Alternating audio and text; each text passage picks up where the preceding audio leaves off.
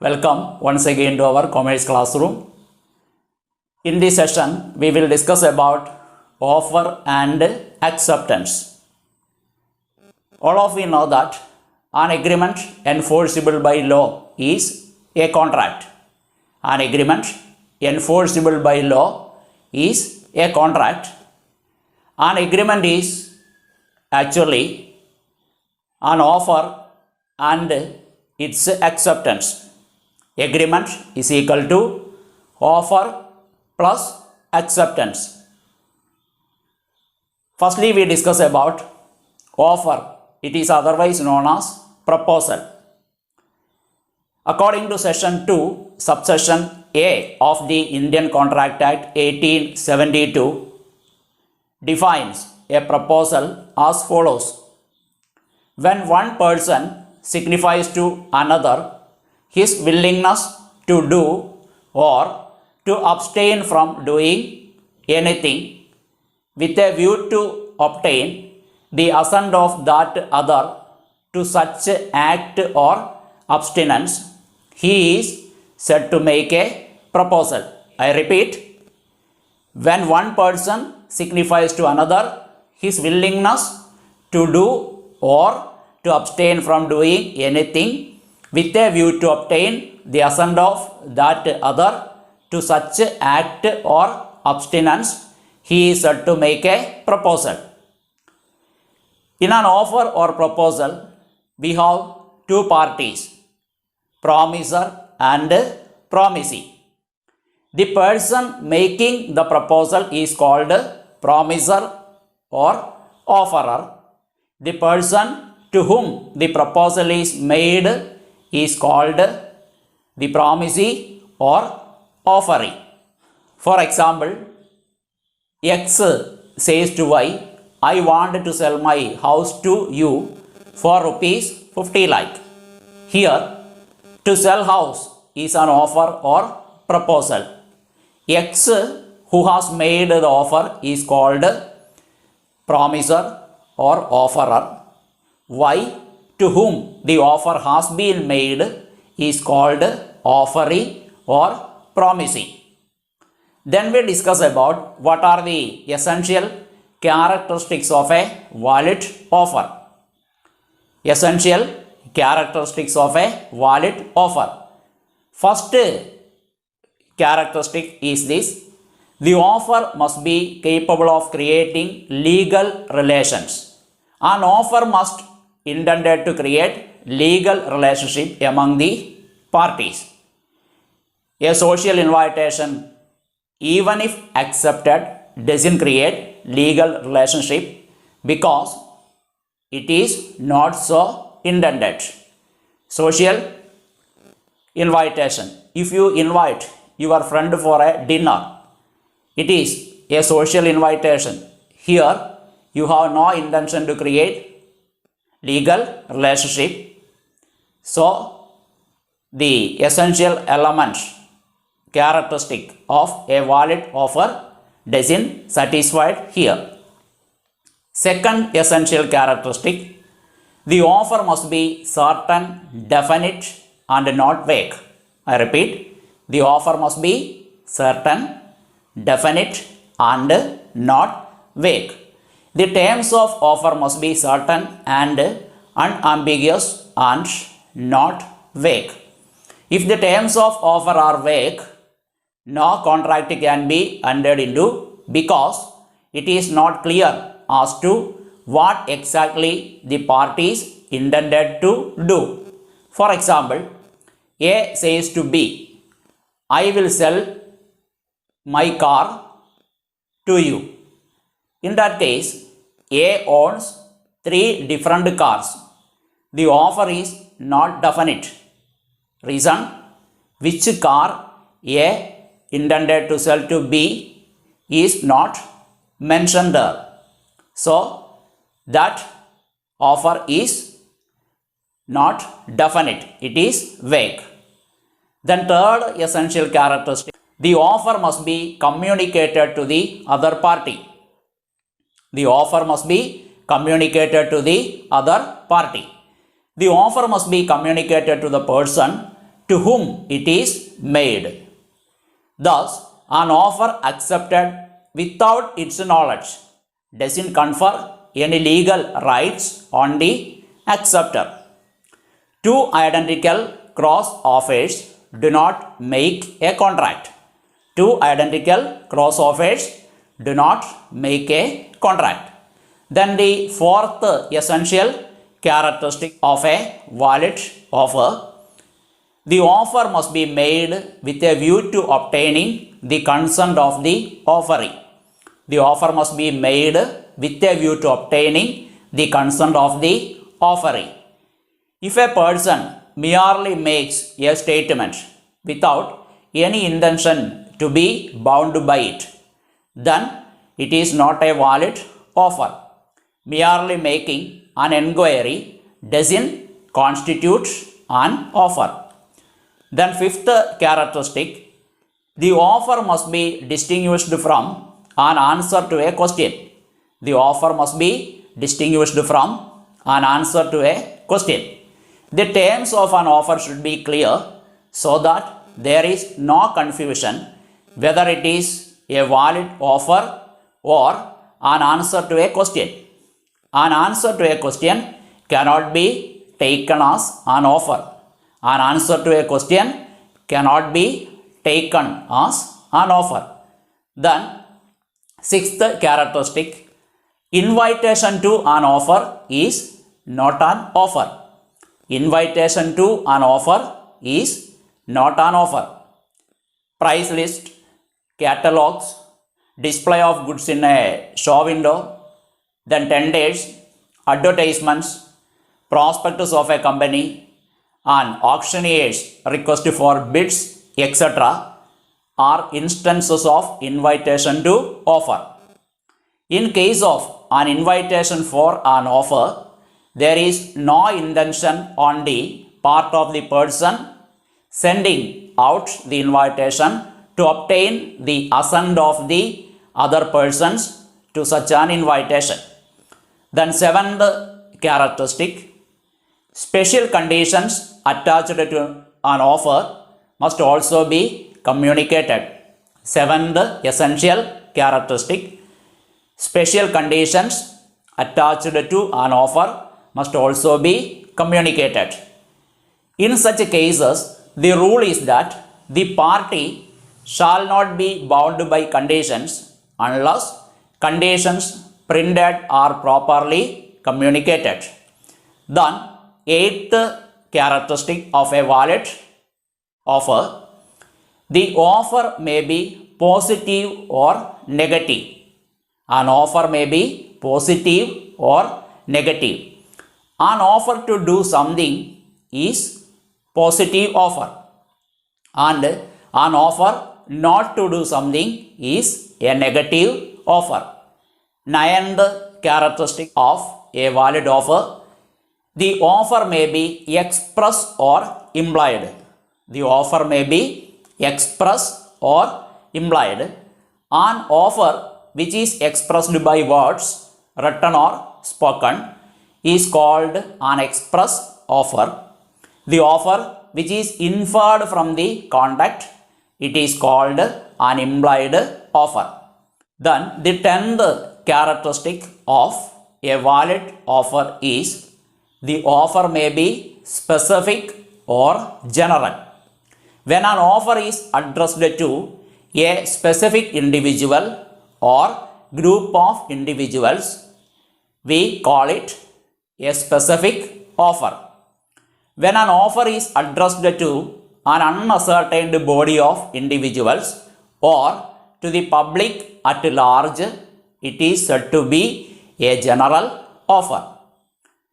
And 11th characteristic of valid offer is: the offer should not contain a term the non-compliance of which would amount to acceptance. The offer should not contain a term the non-compliance of which would amount to an acceptance. One cannot say while making an offer that if the offer is not accepted by a certain time, it will be presumed to have been accepted. These are the essential characteristics of a valid offer. Then we discuss about different kinds of offers. First type, specific offer. A specific offer can be accepted only by that definite person or that particular group of persons to whom it has made. Specific offer, that offer can be accepted only by that definite person or that particular group of persons to whom it has made. Second kind of offer, general offer. A general offer is one which is made to the world at large or public in general. Anybody can accept that offer. The third type, express offer. An express offer is one which is made by words spoken or written. An express offer is one which is made by words spoken or written. Then another kind of offer, implied offer. An implied offer is one which is made otherwise than in words. An implied offer is one which is made otherwise than in words. In other words, it is inferred from the conduct of the person or circumstances of the particular case. It is inferred from the conduct of the person or circumstances of the particular case. Then another kind of offer, cross offer. Cross offer, where identical offers are made by parties in ignorance of each other. The offers are said to be cross offers. I repeat, in case of cross offer, identical offers are made by parties in ignorance of each other. In that case, we call that offer cross offer. Then another kind, counter offer. Counter offer. A counter offer is rejecting the original offer and making a new offer. The new offer is the counter offer. These are the different kinds of offers. Then we discuss about lapse and revocation of offer. Lapse and revocation of offer.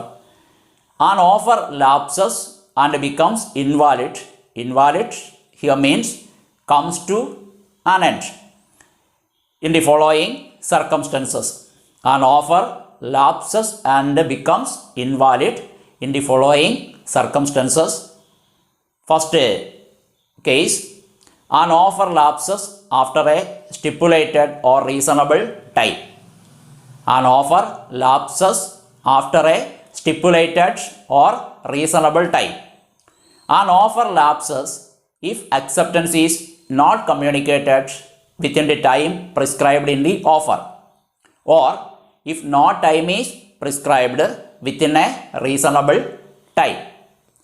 Then second circumstance, an offer lapses by not being accepted in the mode prescribed, or if no mode is prescribed in some usual and reasonable manner. Second circumstance, an offer lapses by not being accepted in the mode prescribed, or if no mode is prescribed in some usual and reasonable manner. Then third circumstance, an offer lapses by rejection. An offer lapses by rejection. The rejection may be express or implied. The rejection may be express or implied. Implied rejection is one where offeree makes a counter offer, or where the offeree gives a conditional acceptance. Then fourth circumstance, an offer lapses by the death or insanity of the offerer or offeree before acceptance. Fourth circumstance which leads to lapse of offer. An offer lapses by the death or insanity of the offerer or the offeree before acceptance. Then fifth circumstance, an offer lapses by revocation. An offer lapses by revocation. An offer may be revoked at any time before acceptance by the communication of notice of revocation by the offerer to the other party. I repeat, an offer may be revoked at any time before acceptance by the communication of notice of revocation by offerer to the other party. Then sixth circumstances which leads to lapse or revocation of offer. Revocation by non-fulfillment of a condition precedent to acceptance. Revocation by non-fulfillment of a condition precedent to acceptance. And seventh circumstance, an offer lapses by subsequent illegality or destruction of subject matter. An offer lapses by subsequent illegality or destruction of subject matter. These are the different circumstances which leads to lapse or revocation of an offer.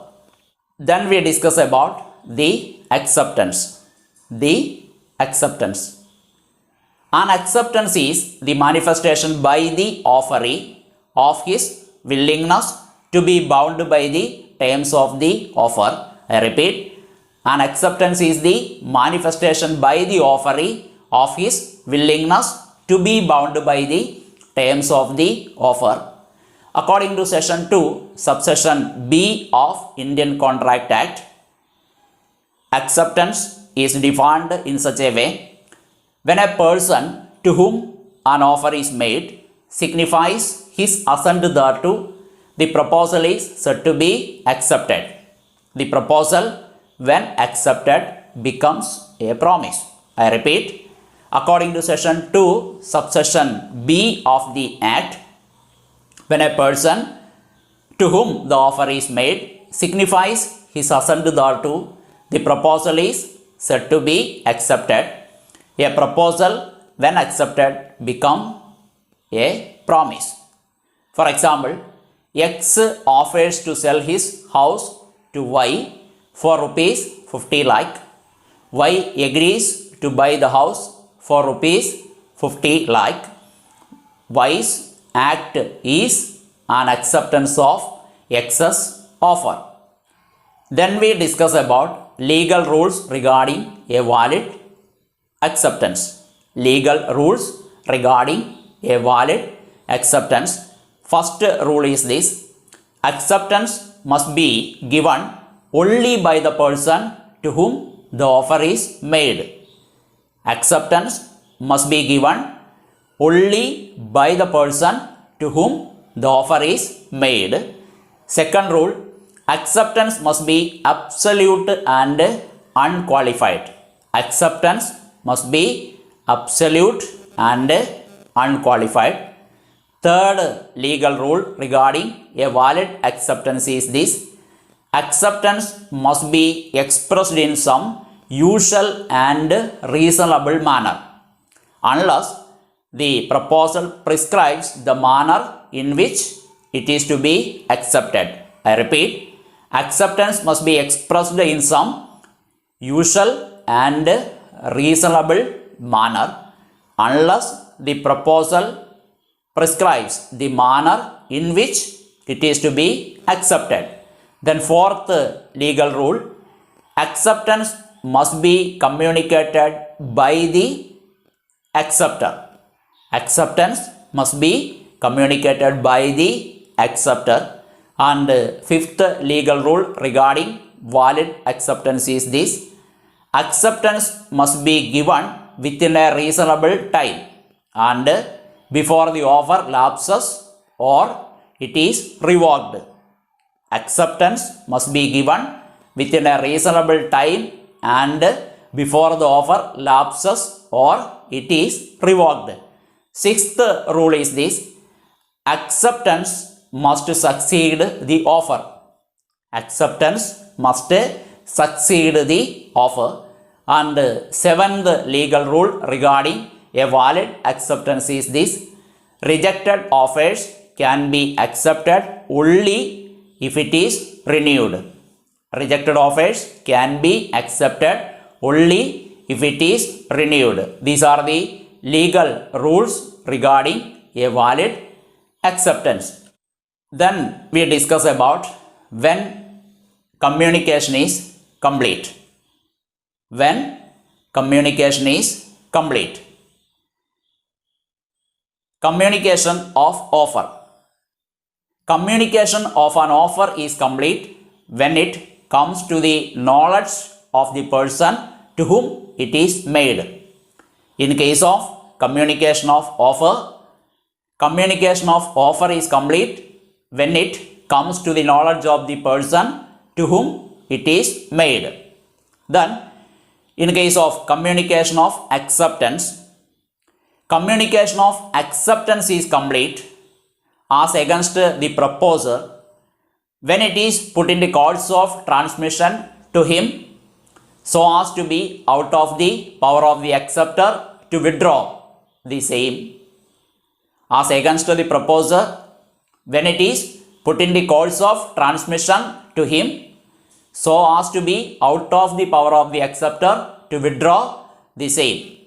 And as against the acceptor when it comes to the knowledge of the proposer. As against the acceptor when it comes to the knowledge of the proposer. And thirdly, we discuss about communication of revocation when communication of revocation is complete. Revocation means taking back or withdrawal. Revocation means taking back or withdrawal. It may be a revocation of offer or acceptance. The communication of revocation is complete as against the person who makes it when it is put into the course of transmission to the person to whom it is made so as to be out of the power of the person who makes it. I repeat, communication of revocation is complete as against the person who makes it when it is put into the course of transmission to the person to whom it is made so as to be out of the power of the person who makes it. And communication of revocation is complete as against the person to whom it is made, as against the person to whom it is made when it comes to his knowledge. When it comes to his knowledge. I think the offer and acceptance topics explained here is clear for all of you. We will meet again. Till then, goodbye.